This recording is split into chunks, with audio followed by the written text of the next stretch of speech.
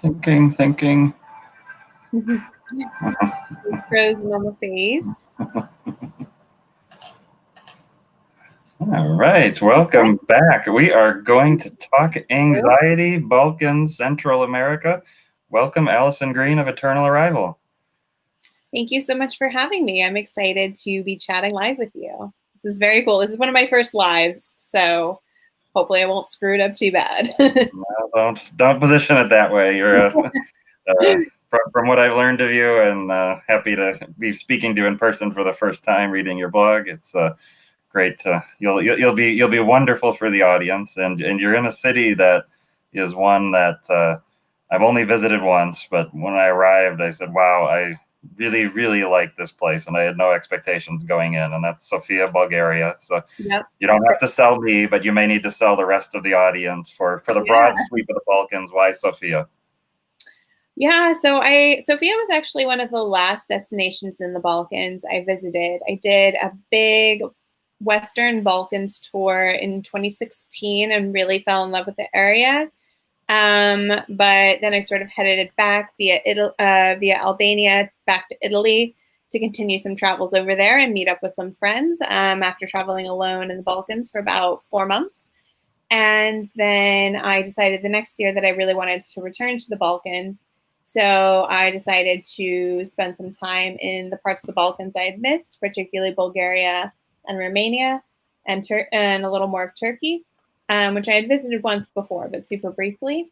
And I ended up spending 1 month in Sofia because I just needed to catch up on some work because I work on the road. And I just really fell in love with Sofia in that 1 month back in 2017. And it was around the time where I was getting a little bit tired of full-time nomadic travel and was getting ready to sort of establish a home base. So by the end of that first month in Sofia, I still had some travels onward to that I'd already committed to. But I was like, I'm coming back here as soon as winter's over. I'm moving back to Sofia in the spring of 2018, and I've been here ever since. Oh, fantastic. And so what are the red tape for someone, let's say major traveler country passports wanting to reside in Sofia? It's a lot of work if you are not an EU citizen. I was trying to become a resident. So first of all, Bulgaria is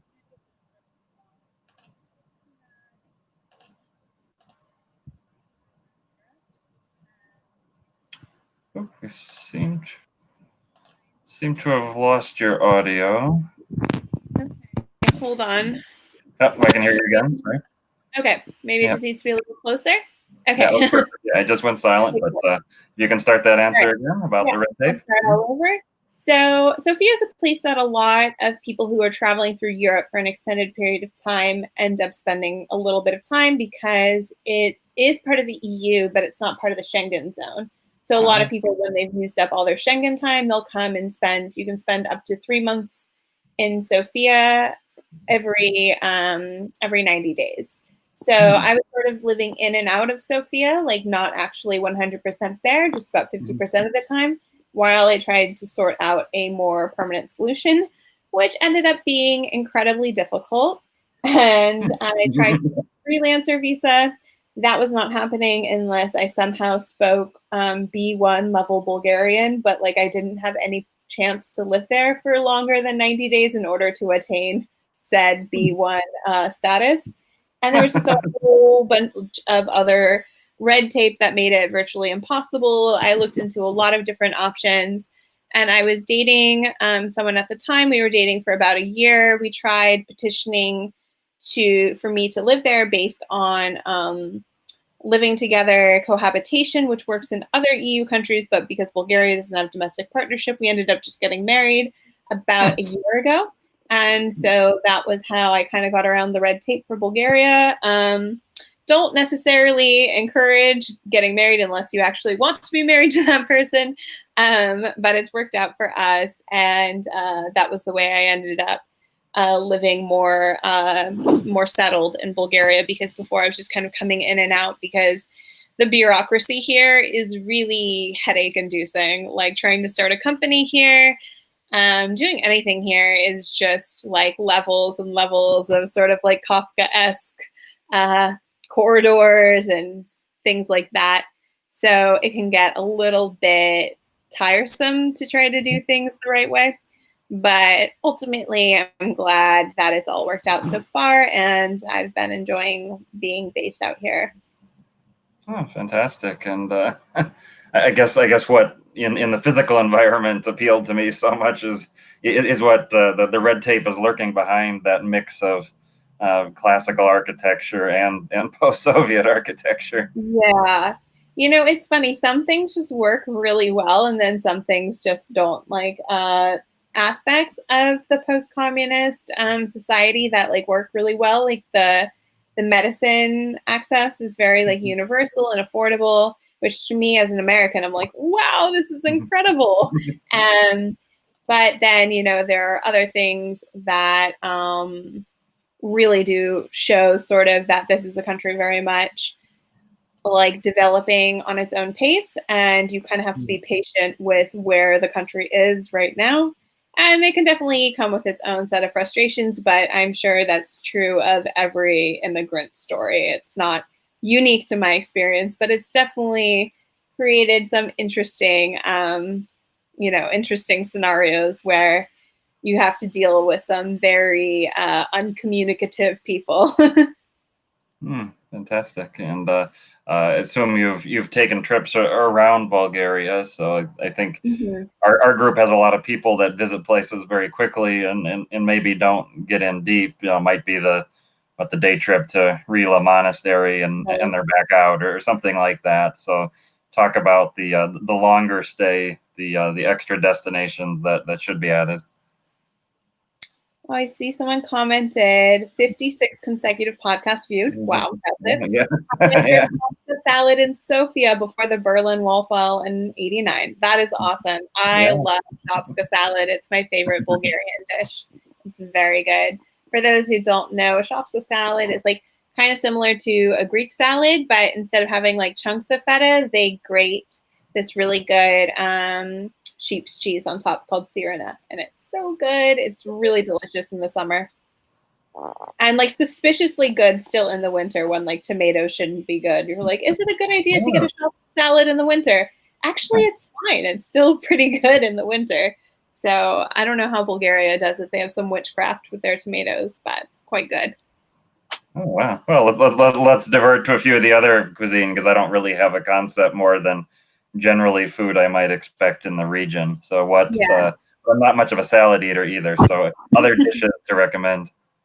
My favorite part of Bulgarian food probably is more of the salad variety and the soups and stuff.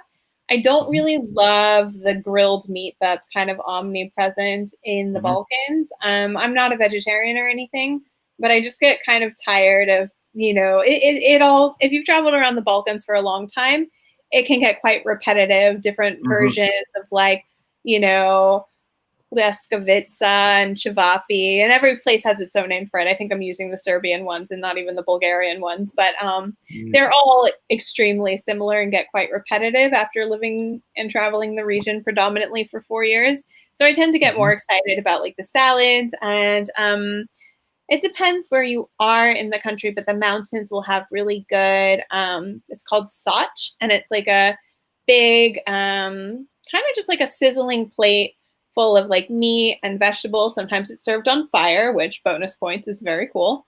And on the Black Sea, they have really amazing seafood, especially really good Black Sea mussels and some really good different kinds of small fish that are really, really nice. And the Black Sea is one of my favorite places in all of Bulgaria. It's so impressive. You would not believe, looking at a photo, that this is what Bulgaria looks like. It's just like pristine in some areas, especially the southern Black Sea, kind of close to the border with Turkey. I spent some time in Sinamorets earlier this month, and it was just incredible. And there was almost no one there. It was really pleasant. Oh, fantastic. And that leads to a question from Davud. He said, can you tell what sort of impact did the COVID-19 bring over tourism? I would imagine it's massive. Yeah, quite big. So Bulgaria didn't have, I'm just going to speak relative to Bulgaria, I think, here. Yeah.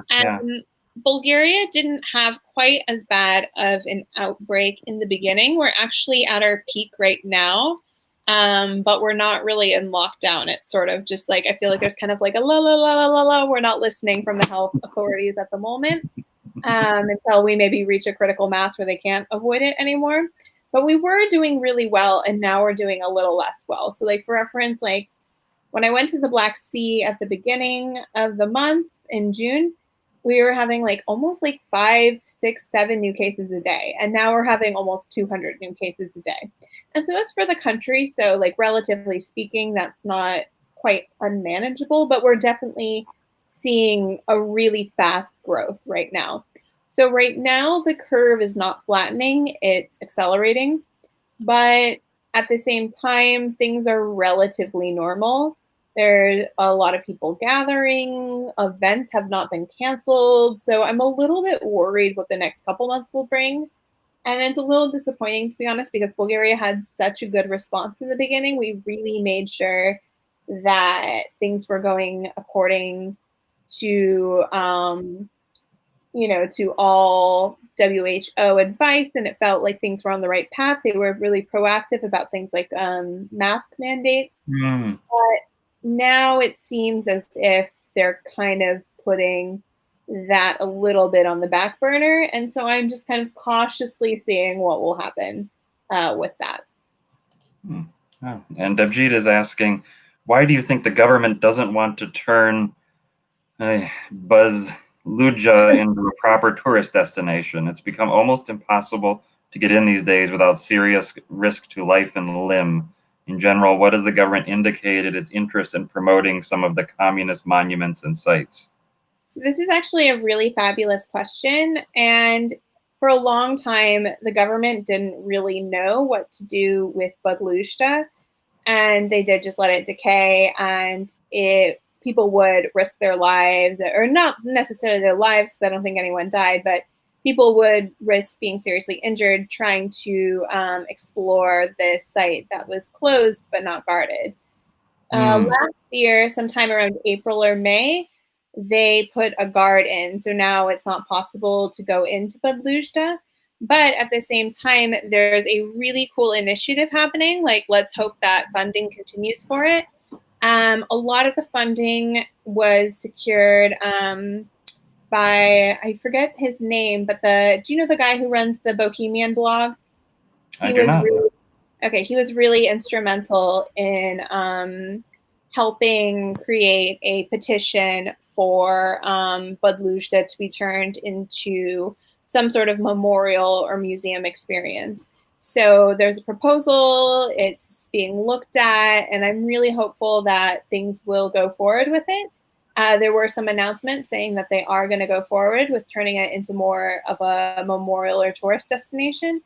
But just speaking generally, Bulgaria hasn't really known what to do with its communist past and quite how, and this is not just Bulgaria, I've noticed this quite a bit as I've traveled in a lot of post-communist countries. They don't really know what to do with their communist past. And it's a very interesting thing for tourists to see, because especially if you're, come from North America or Western Europe and everything was always behind the Iron Curtain. It's very fascinating. And some countries are doing a better job than others, I believe, at sort of marketing the interest in it. Like I believe like Sarajevo has like a lot of really good tours and museums dedicated to understanding certain parts of that history. But Bulgaria doesn't so much. We have like one museum of socialist art, and that's kind of like on the outskirts of the city where we put like the Lenin statue that used to be where the St. Sofia statue now is, and the Red Star that used to be. It's all just kind of thrown in a museum kind of in a corner where they hope no one will go to. They haven't really known what to do with the past here to properly memorialize it. And that's not unique to Bulgaria. I think a lot of the countries in this region struggle with that as well. So yeah, that's kind of a long answer. But the short answer would be, I I think that we will see Badlujda be turned into a proper tourist destination within the next 10 years. There's a lot of work that needs to be done in order to retrofit it, in order to make it safe. And with Bulgarian timetables, it will be a while. But there is, I believe, I'll put the link in into this article later. Or sorry, not into the article, into the chat later so that you can follow up on this. But I do have a link that I can't remember off the top of my head about this proposal to turn Badlujda into like an actual monument that people can visit and see safely. Fantastic. And I've put in your article about Sofia Day Trips for those of you like me who was busily searching for what the heck is this place we're talking about. So you I have a full article on Badlujda on the Sofia Adventures website with lots of photos. So you might want to throw that in there because I'm not sure I can manage doing both at the same time. I'm not most I will work on that as well. Yep. You've got two wonderful sites, and we'll talk about the Eternal Arrival and Sofia Adventures. So we're I'm hopping between the two, and both exciting. I mean, maybe talk about that briefly. Then you've actually got two sites in the podcast. So talk about these. These I have a lot. What you're juggling. I'm juggling a lot. So I am currently juggling Eternal Arrival. Started off as my main travel site. And it started off as sort of like I was very interested in traveling like a bit off the beaten path. Mm-hmm. But then I started to kind of stick a little closer to home, being Bulgaria. And I kind of lost a little bit of focus on the off the beaten path content so much. So it's a little more kind of generic travel, but it does feature some, sort of unique destinations that maybe people haven't visited so much in the Balkans before I started this other website. So I have some content on places like Nicaragua, some content on Little Corn Island, which is one of my favorite places in Nicaragua. A lot of stuff on like Belize and Guatemala, and some content on Kosovo, Albania, that sort of stuff. So I do have some kind of more off the beaten path destination stuff. But then honestly, last year I got a little bit frustrated with the lack of a niche that I had on Eternal Arrival. And I really just focused my energy into growing Sofia Adventures and really developing that niche authority. So that really was like my big consuming labor of love all last year and a little bit of the year before. So worked on that quite a bit, built it up, have like almost 300 articles on there. Now I run that with my friend Stephanie Craig. So it's not just me being insane with all these projects. And then I also have a podcast called I'm Anxious About that I run with my friend and fellow travel writer, Chris Mitchell from Traveling Mitch. And we met on a trip in Romania where we both realized very quickly that we are extremely anxious people who somehow manage to travel around the world, mostly without incident. And after chatting for a while and co-hosting another podcast together that he has, we were like, actually, we have really good rapport and we're kind of funny together. Maybe we should actually do a podcast. So while we were in lockdown, we decided to start this podcast about anxiety, where we just kind of have humorous conversations about different topics regarding anxiety each week. So sometimes they're travel related, such as airports or the beach or restaurants, which are, all sort of things that you can't avoid when you travel. Other times they're just strange things that, make one or the other of us anxious, just because we think anxiety actually can, while it can be obviously like harmful and stressful, it can also be kind of funny. And there is something kind of cleansing to be able to laugh at your own worst anxieties. It's a little bit therapeutic as well. So that's a little bit about what we have done with that podcast. And it's been really, really fun. I advise people to check it out because I think it's quite funny. Right. I've shared the link, and that you can't. Your anxiety must be specific if you're willing to say it's quite funny. So that there's a nuance to. Great to see that you're confident about the podcast, and let's talk a bit about the anxiety and how that does figure into your travels. Sure.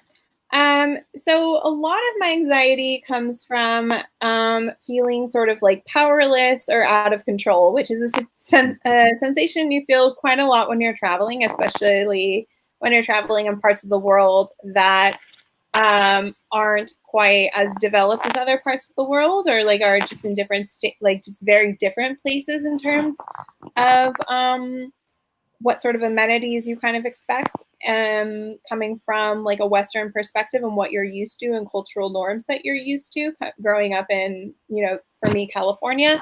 Some places can be just a little bit innately stressful, but I try to push through that and use anxiety as sort of like a springboard to exploring different perspectives and being a little more open-minded. Just because I'm anxious about something doesn't mean I won't do it.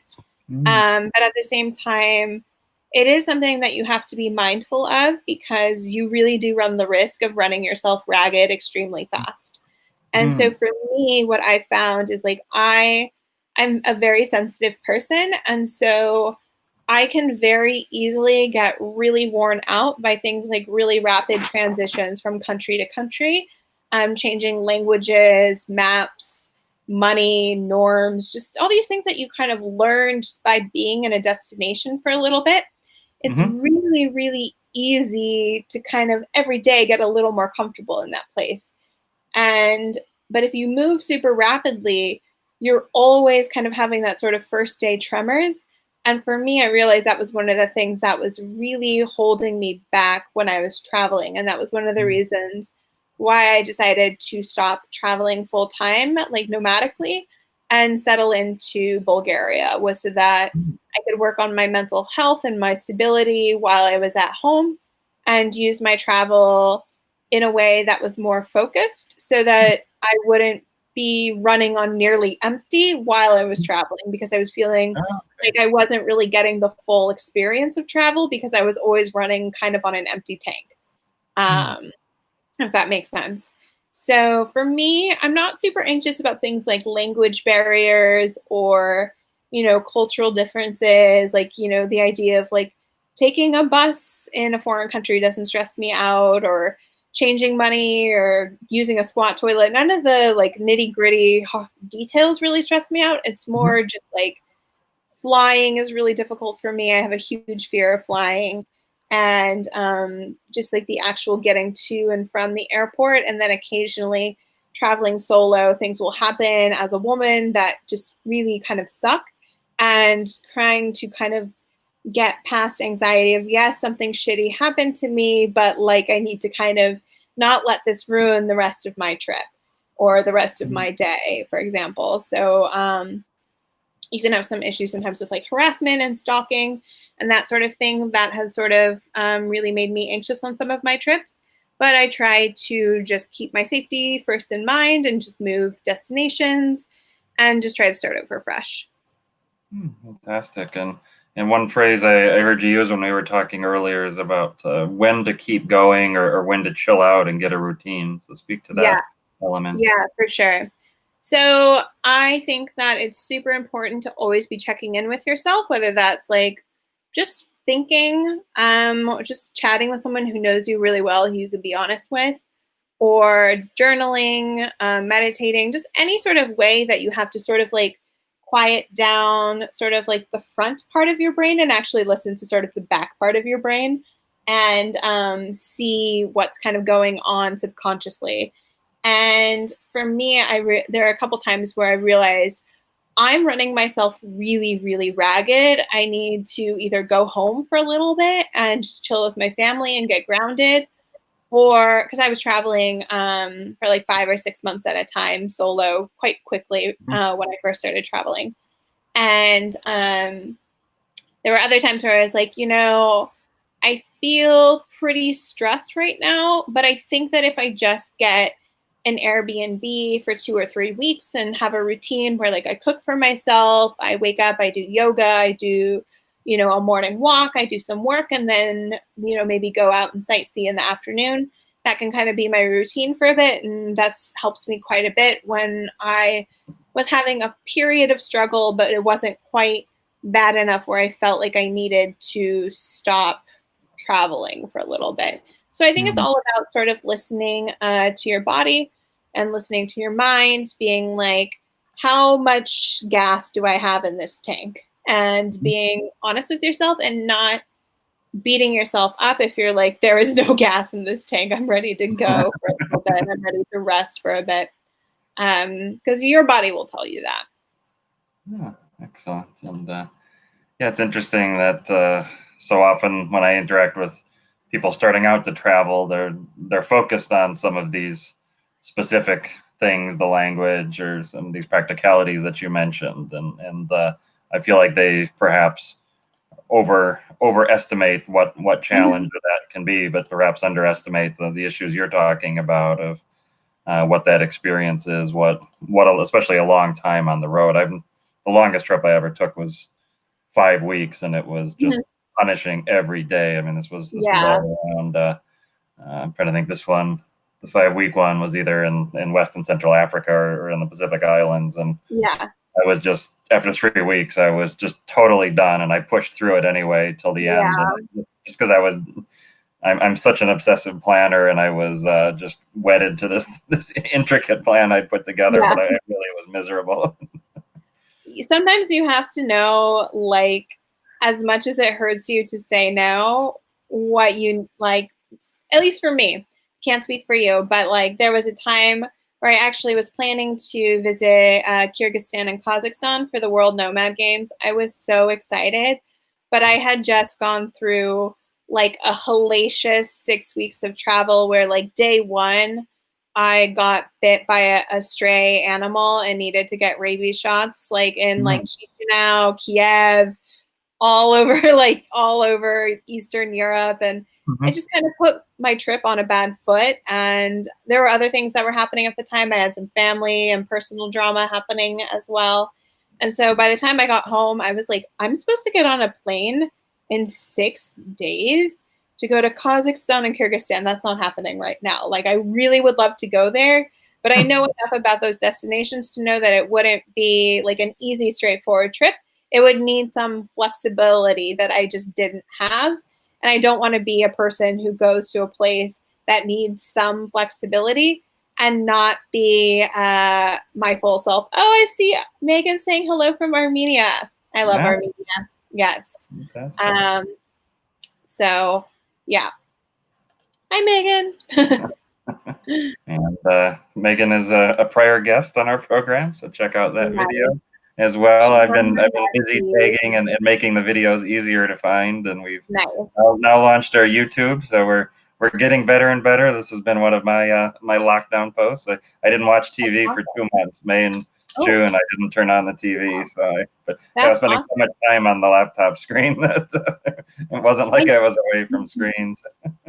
I see a couple comments that we didn't quite get to. Should we maybe just go back and make sure? Yeah, we have to go all the way back to Bulgaria, which we're happy to do. So Adam is asking, is Purin National Park still raw nature to explore, or has it been overtaken by ski resorts? There's definitely still plenty of raw nature. There are ski resorts as well.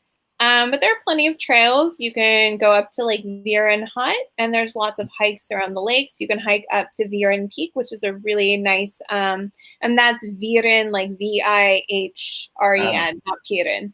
They sound very similar and they're in the same place, but I just wanted to differentiate. So there are, like, it is quite busy, but it isn't overtaken by ski resorts the way you might think, it being so close to Bansko. I visited personally in the summer and in the fall, so not proper ski season. But if you're looking to do like hiking, you can 100% find raw nature, but I don't necessarily know that I would go hiking in Purin during the winter just because I don't know how much it would really offer you. And then you might have some issues with like sharing trails with skiers. I don't really know because I don't ski. But I've been to Purin in the summer, and there was plenty to do. It wasn't like overrun. Fantastic. And yeah, some of the other comments are our regular readers debating the Soviet monuments. So let's talk about beyond Bulgaria, more post-Soviet monuments. You cover 12 countries in in your blog, and I'm curious also, do they all consider themselves Balkans, or is that kind of a No, broad term? part of it is an editorial decision. We consider the Balkans to be the Balkan Peninsula, Okay. and any country that has a large portion of its country as part of the Balkan Peninsula, or at least a significant part. So, like for example, Turkey up to halfway through Istanbul is on the Balkan Peninsula. The Mm. rest of the country is Anatolian Turkey, which is not part of the Balkan Peninsula. But we kind of cover that on our blog because a lot of people who plan a trip to Istanbul will also plan trips to other parts of Turkey. But also, we made that decision because Ottoman culture, the Ottoman Empire occupied pretty much everywhere in the Balkans, I think, except for like Slovenia, for centuries. And Mm. maybe Romania. My history is kind of bad. Sorry, guys. But pretty much all of the Balkans, 80% of the Balkans, was had about 500 years of Ottoman occupation. So, just in terms of culture and history, it's there's a big link, and so Slovenia is another country where only a portion of it is on the Balkan Peninsula, and sometimes Slovenia doesn't like to consider themselves Balkan. But I think that's like a little bit more of sort of like trying to align themselves a little more with like Austria, Germany, and not wanting the Balkan label. But because their history is linked with Yugoslavia as well, we consider that to be Balkan. Italy has like the teeniest slice as well as like Ukraine, but we have to kind of stop somewhere. Like if it's just a really small Yeah. part and there's no really like tied history, whether it's like a history like from empires, like the Greek empires and Roman and Ottoman empires, or like recent history with Yugoslavia. So we kind of combine in our definition of it, which is not necessarily the be all end all. We kind of combine a geopolitical perspective and historical perspective as well in defining the Balkans. So it's a little bit controversial what countries are part of the Balkans, and some are more incontrovertibly part of the Balkans. But yeah. Yeah, and I suppose if you start adding Italy, then it becomes an Italy tour blog, and that's Yeah. that's a whole different thing, right? Trieste, which is like probably the least interesting possible part of Italy, so that's all right. It seems, I mean, of food in the region, Albanian really stood out to me, and I feel like there's Mhm. a real mix and some delightful Italian influences that flow in Oh there. yeah. I I really shared. loved my time in Albania. That's one of the countries I've spent the most amount of time in, Ah, besides Bulgaria. And I absolutely love it. The food really good, and it's really different. And that's something that's very welcoming. If you're like, if I eat another cevapi, I will kill someone. You actually can have like a lot of different things on the menu. Like I remember having this really good dish that was like baked lamb and like a yogurt sauce. I forget what it's called. It's like tave something. It's really good. And there's a lot of really nice Albanian dishes and such good seafood because so much of Mm. it is coastal. So Albania was definitely a food highlight for me as well. Um, How do they prepare the seafood typically? It's usually pretty simple, sort of lightly fried with like a salad on the side. Mm. It's nothing too groundbreaking, but I think with fish, I kind of like it simple anyway. Mhm. So it's usually kind of simple. It's more inspired sort of by sort of Greek fish preparation styles, as Okay. there is a large Greek minority living in Albania as well. So you'll Yeah. also get some of the best gyros. I've never learned how to say that word properly. In Albania, like I had one of the best in my life at like this random little beach town in Albania called Hamara, and it was so good. And it was like €1, and I was just like, this place has my heart forever. Hmm. So cost-wise, it sounds like this is a region that will be attractive for many people.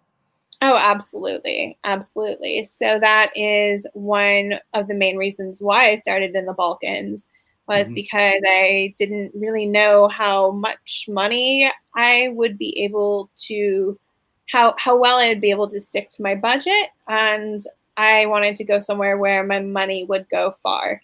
And the Balkans definitely delivered in that category. So Albania North Macedonia and Kosovo are probably some of your cheapest of the destinations.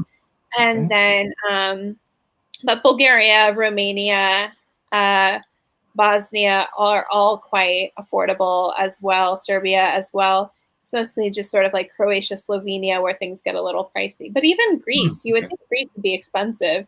I find Greece incredibly affordable. It's like if you stay off of like Santorini, almost all of Greece is surprisingly affordable in it, because Greece feels in my mind like very like bougie and expensive. But I've always found Greece to be like a very like laid back and wonderful destination. Yeah, and I took a road trip around Greece, and I found it quite affordable. The only thing, it struck me that restaurants were more expensive than I would have expected, but actual sit down restaurants. But any other the casual food, the supermarkets, everything was lower. But that was the accommodation I found very reasonable. Of course, a wonderful country. You don't need to convince tourists to find charms in Greece. That's for sure. Definitely not. So of these Balkan countries, and I shared your fascinating piece about the 12 Balkan flags and the meanings behind them, and I like you dipping into that. But let's some other highlights for pre-Soviet history and Soviet history as well. Okay, so where specifically in the Balkans, or you've got 12 countries you're covering, and I'll share your 50 plus places to visit article. But if you we'll say just of the 50, the really big highlights, a few Soviet and a few pre-Soviet. Sure. Okay, cool. So speaking about Bulgaria, just because I know it best, some pre-Soviet sites that are really interesting would be Plovdiv, because it has one of the largest and best preserved amphitheaters, Roman amphitheaters, and it's actually still used today for events and shows. And Belogradchik Rocks, which is a fortress that is in the never eat shredded wheat northwest border of Bulgaria, really close to the border with Serbia. And that was a really important post during the invasions of the Ottomans and some border disputes with the Serbs. And it's also just really beautiful. It's these natural rocks with a fortress that is inside of them. And in terms of Soviet sites, obviously, Badluzhda is really interesting as the former Communist Party headquarters. And just sort of downtown Sofia has almost like a little bit of like a mini Moscow vibe to it. Thinking about some other countries, I really enjoyed Butrint in Albania, which is another set of Roman ruins. Really like the most peaceful Roman ruins you will ever find. There's almost no one there. And in terms of something historical that's interesting there from the Soviet times, or not Soviet times, but communist times, would be there are two bunkers that have been converted into museums. They're called Bunk Art 1 and 2. You can find them in Tirana. And one of them was a bunker that was created for the former dictator, Enver Hoxha. And you can go around, and it's sort of like half museum where they explain the history, and then the other half is sort of like a some art exhibits and that sort of thing. So it's really fascinating. Moving along, I'm not going to be able to do this for all 12, but I'll no, just a handful. We've got a good mix. I mean, Romania has some really incredible castles, really beautiful. Slovenia, I haven't been yet, but in doing my research, I've been just stunned by the castles in Slovenia. And Romania, I've been to many of the castles there. Corvin Castle, Pelish Castle, of course, Bran, aka Dracula Castle, which, Dracula never lived there. Bram Stoker never went there, but whatever, it's so cool. And there's also some just interesting communist architecture in Bucharest. Palace of the Parliament is the heaviest building on earth. And it's just like a very like kind of like tour de force kind of like show of strength and sort of like strong-fisted dictatorship, I guess. So it's kind of It's an interesting building. I wouldn't say it's beautiful, and there's a lot of sadness behind it because he had to destroy so many parts of Bucharest in order to build it. But it's still Hmm. interesting to see as well. And then a couple other places of interest to me. Oh my gosh, kind of running out of memory here. But if I anyone think wants to know places in a certain country, I can definitely pick a. It's easier to pick from one country than to pick from a big group of 12. But those are some of my. that's fantastic inspiration. And Devjit following along has said he's been to many of these, and he's great to see that they have your seal of approval. So that the full 50 list is in the show notes. And I want to, Awesome. while we have time, I was trying to think, if we ask the audience to guess the other travel region that you're really passionate about in the world, I don't think many would guess. Maybe they're in between lands in terms of smaller countries offset against very larger powers. So let's head to Central America for a bit. And Yeah. what is the connection that you see between your Balkans interest in Central America? I don't know that there necessarily is much of a connection. I just really love Latin American culture in general. I grew up in California and New York. So to me, I've always loved eating food from Mexico and Central America. I've always loved the language, and I've always just been really interesting. And I feel really at home when I'm traveling in Mexico. It feels like a home away from home.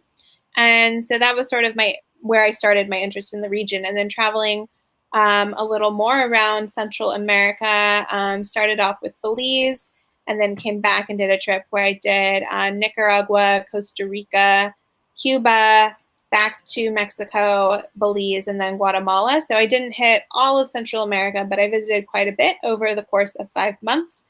And I think I'm a big, I really like learning about the history of a place, and especially Nicaragua has a really interesting and a bit tumultuous history. It's something that can be kind of hard to confront sometimes as an American when you're traveling. You're kind of confronted with unpleasant stories but they're important stories to hear about your country's involvement in a place that you don't necessarily agree with, but it's your responsibility to be there and listen to it and learn about it. It was sort of the same for me when visiting the War Museum in Saigon, which is incredibly powerful and really moving, but really physically hard to be there. And I felt like that when I was visiting, I forget the exact name of the museum, but it was a museum sort of about the Contras and the Revolutionary War in Leon in Nicaragua. And just being there gave me a lot of perspective about how the region is the way it is, what our role as Americans were in sort of shaping what was happening there. And then right after that, I went to Costa Rica briefly and then Cuba, where I was able to see that even more. So I guess for me, in a way, it was interesting from just sort of a cultural, historical, political perspective, seeing because I'm very interested in especially the past century of history is very interesting to me. Things that happened in my parents' lifetimes and their parents' lifetimes. I just feel like it's the most tangible. Like you show me some ruins and I'm like, these are beautiful, but there's no connection. I'm more interested in people's stories. So Nicaragua, Cuba, Guatemala, those were some places where I felt like I was really able to connect with people. And I speak Spanish pretty well. So it also is like a place where I feel less anxious and really quite comfortable because I'm able to communicate with the people while I'm there. So that's sort of, I wouldn't say that I really travel to Central America for the food, with the exception of Mexico, which has like the best food in the world. But I was a huge fan of the food in the rest of Central America. Like it's all fine, but it gets a bit repetitive. I'm going to get some hate comments when I say I call them the rice and beans countries. I mean, that is mostly what you eat. And like, there are some things that I really love, like a Salvadorian pupusa. And Belize has some really good like jerk chicken, but a lot of it is sort of like rice, bean, and overcooked meat, and a plantain, and a Coke to make. I never drank more Coke than when I was in South America, just because I'm like, this plate needs something. Not South America, sorry, Central America. It's just like, this really needs something to make this very tough meat go down a little better. But I found the landscapes beautiful. I found the people really like welcoming, and I found it quite easy actually to travel around the region despite the lack of like a really major tourist infrastructure. I felt it all pretty intuitive and pretty easy, but I don't know if part of that is sort of just like comfort with like the language making things easier. It's a lot easier to hop on a bus if you're convinced it's going to the right destination. So, and it's just really beautiful. I spent 2 weeks on the Corn Islands in Nicaragua, and that was one of my favorite places I've ever been. It's just so like blissed out and peaceful. And I'm not really like a beach and relaxed person, but I couldn't help myself there. It was just really nice. Very easy to just relax. I'm not a beach person, but there's been some exceptional ones that I would return and linger in memory. So to tell me, I've not been to the Corn Islands. Tell me about them. So they are, they're two islands, Big Corn and Little Corn. And Little Corn is the more touristic island with more guest houses and that sort of thing, and more activities, whereas Big Corn is a little bit more of a residential island, although there is still some tourism there. So I spent more time on Little Corn just because there's a lot more like accommodation options. And getting there is a little difficult. You can either go like through the jungle to blue fields, take a cargo boat, or you can fly, which is what I chose to do because I'm not about putting myself on a cargo boat for days. But then you can only get to Big Corn, and then you have to take a really, really, really bumpy panga. It's like a it's almost like a motorized canoe. I don't even know how to describe it, but it was like the rockiest ocean ever. I puked. It was lovely. And everyone loved me. I was very popular on the boat, but it's kind of difficult to get there. But once I was there, it was really worth it. I kept extending my stay. You can actually book like an open-ended ticket, because so many people are like, I don't know how long I want to be here. Oh, I want to be here for a very long time. So that's where I got my scuba diving certification. That's why I went originally, was to get certified to scuba dive. And then I just couldn't help myself. There was like $8 lobster specials every night where you could get like amazing lobster with some coconut rice and really delicious food. So I kind of overstayed there, but I don't regret a thing. I really loved the Corn Islands. Oh, well, you mentioned the lobster. That may be a couple's trip for me coming up then. I'm allergic, but my wife loves it, so we may head that way. WH Qua is saying in the comments that his favorite island in the world is in Nicaragua, an island in the lake, Oma Tepe. Have you been? I actually didn't make it to Oma Tepe because I spent too much time in the Corn Islands, and then I needed to take my flight back to, I needed to get down to San Jose in Costa Rica in order to fly to Cuba. So I spent way too much time in the Corn Islands, and I had to pick between Oma Tepe and San Juan del Sur, and I made the worst decision ever by picking San Juan del Sur. It's not the best destination, I would say. It just feels, it's very kind of like young hostel traveler, which like I was traveling in hostels because I was traveling on a budget, but like that was like a function of being on a budget, not a function of like just wanting to like get drunk and party with a bunch of like people from my same age and background. So San Juan was definitely the wrong choice there. I absolutely should have gone to Oma Tepe. It sounds like volcano boarding is another you won't do again. I won't do it again. Yeah. Supposedly, I borrowed from, I believe, David Sedaris's title there, a supposedly fun thing I'll never do again. Yeah, I did it, and I am a nervous wreck. So I probably shouldn't have done it, but I flipped over twice, but I didn't die, and it was not fun, but I'm glad I did it. I'm sure everyone has something like that. They're like, it was actually terrible, but I'm still glad I did it, just so that I don't have to think, oh, should I have done it? And your pictures perfectly capture it, that of how messy and dirty you get. And it's not even that fast. I mean, there's speed, but it's like it's not a thrill thing. It's just like No. if you stop and think about it, yes, you're just going over dusty, very sharp, jagged Yeah. rocks, and Especially the way I did it after I fell. I basically was like, I'm getting down this mountain, but safely with all my teeth. And so I pretty much used my hands as brakes and just went down at like 10 miles an hour for the rest of the time. I'm not very adventurous. In some ways more than others.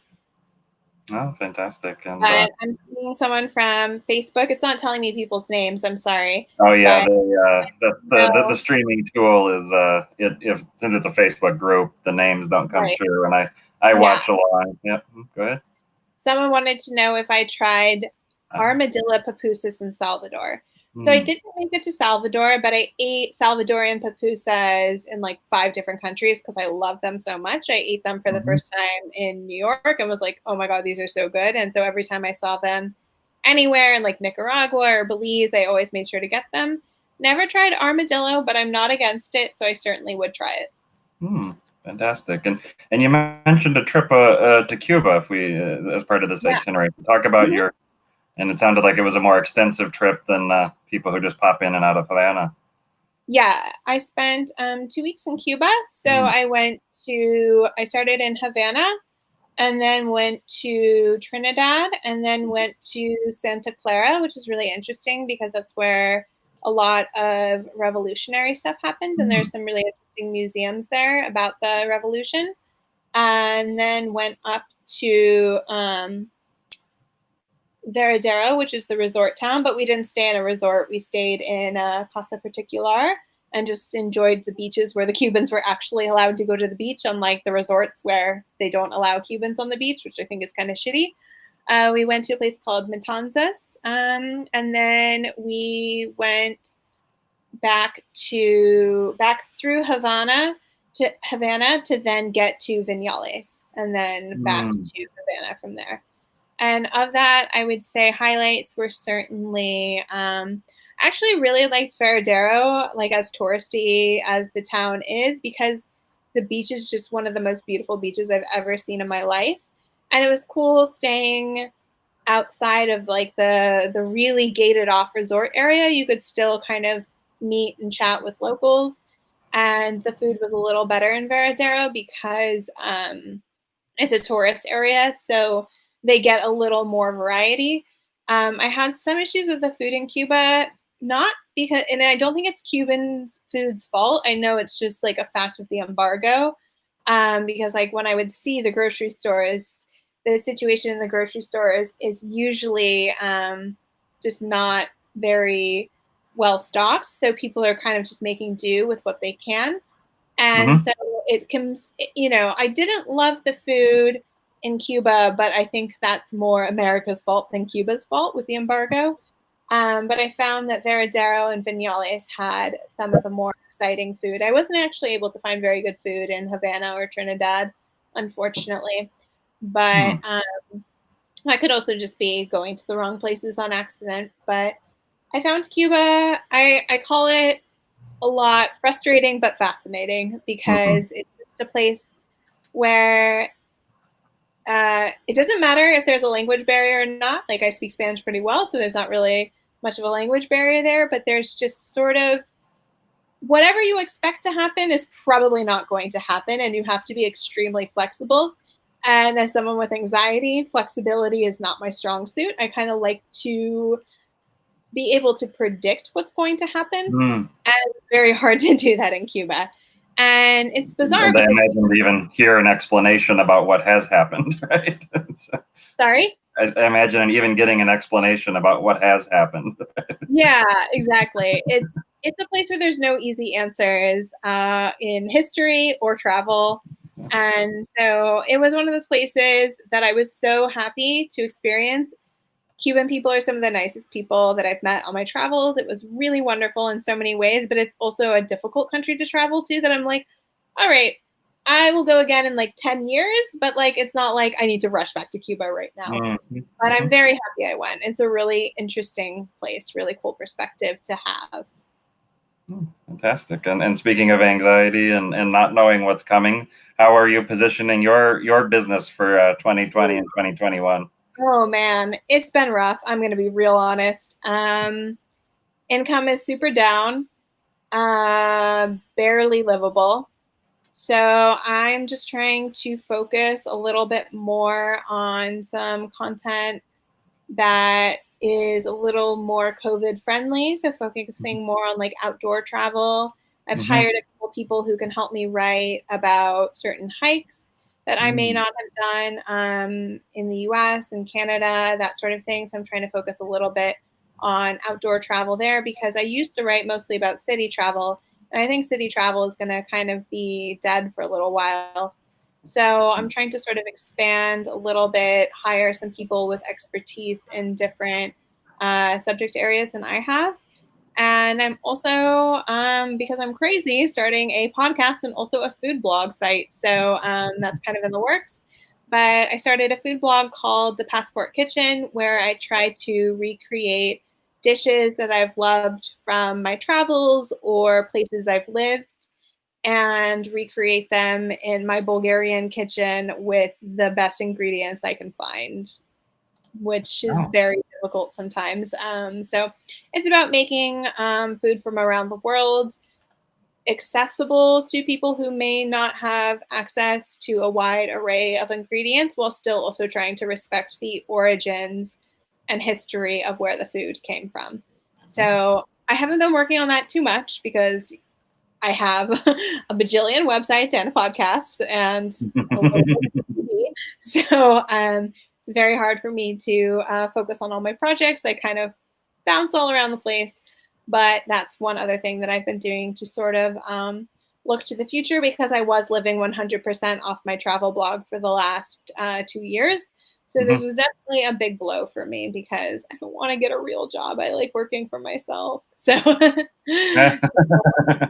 on to different ventures and trying to rebuild a little bit, looking to what I think post COVID, or not post COVID, COVID travel is going to look like, which I think is very dispersed outdoors, hiking, road tripping, that sort of thing, as opposed to city breaks and stuff that I might have used to cover a little more in depth. And I think people have this feeling of ownership over their site, their content. And you mentioned hiring people to write some pieces for you. How do you hire people and make that work for you? So we actually started doing that first with Sofia Adventures because we really wanted to feature local voices as well because we can only travel so much. My business partner has a 4-month-old baby, so traveling around the Balkans is not something we can do so much at this current juncture in life, even pre-COVID. So we already have started to hire writers, which we found on Upwork, focusing on local writers. And I've been doing that as well with my own site, hiring local writers and asking them sort of to send me information on hikes that they've actually done because I always want people to be writing from a place of knowledge, not research. So I kind of felt like I met them all on Upwork, which is a digital hiring platform, and a couple bloggers I've hired who I know through groups. I've hired a couple people who are friends as well. My sister-in-law is also going to be writing for me because she hikes quite a bit in Banff in Canada. So a combination of my personal network and hiring sites. But I always make it very clear if a post is written by me or if a post is written by a guest author because I want people to know who they're getting their information from. And I do vet my people by checking on social media that they actually do seem to be outdoorsy and do the hikes that they say they do and that sort of stuff. So try to give my readers the best possible information, even if I'm not the one giving it to them. Because now I'm managing 4 different businesses. I can't really have all hands on deck all the time. So learning to delegate was my big challenge of the last year, but it's given me a lot of peace of mind and it's helped me grow quite a bit. So it's something I'll definitely continue to do in the future because I never really ran a personality-driven blog. I would Mhm. occasionally write essays here and there. But for me, my blog has always been about my reader and giving my reader the best possible information they can have. I don't really need to tell my story unless it's super relevant to that. I just believe I have other outlets for that because I also like write poetry and stories and stuff. So I have other creative outlets. So I don't feel like my blog needs to be all about me, if that makes sense. Whereas other people have more of a personality driven blog. Oh, that is fantastic and a wonderful way to close. Thank you for joining us tonight, Allison. Thank you so much. Thank you for having me. It was really fun chatting. And thank you to the group for asking so many questions. I'm sorry if I didn't get to any of them, but I will go through and respond to anyone who I know I didn't get to in this. So I'll go into the Facebook group and respond to anyone who I missed.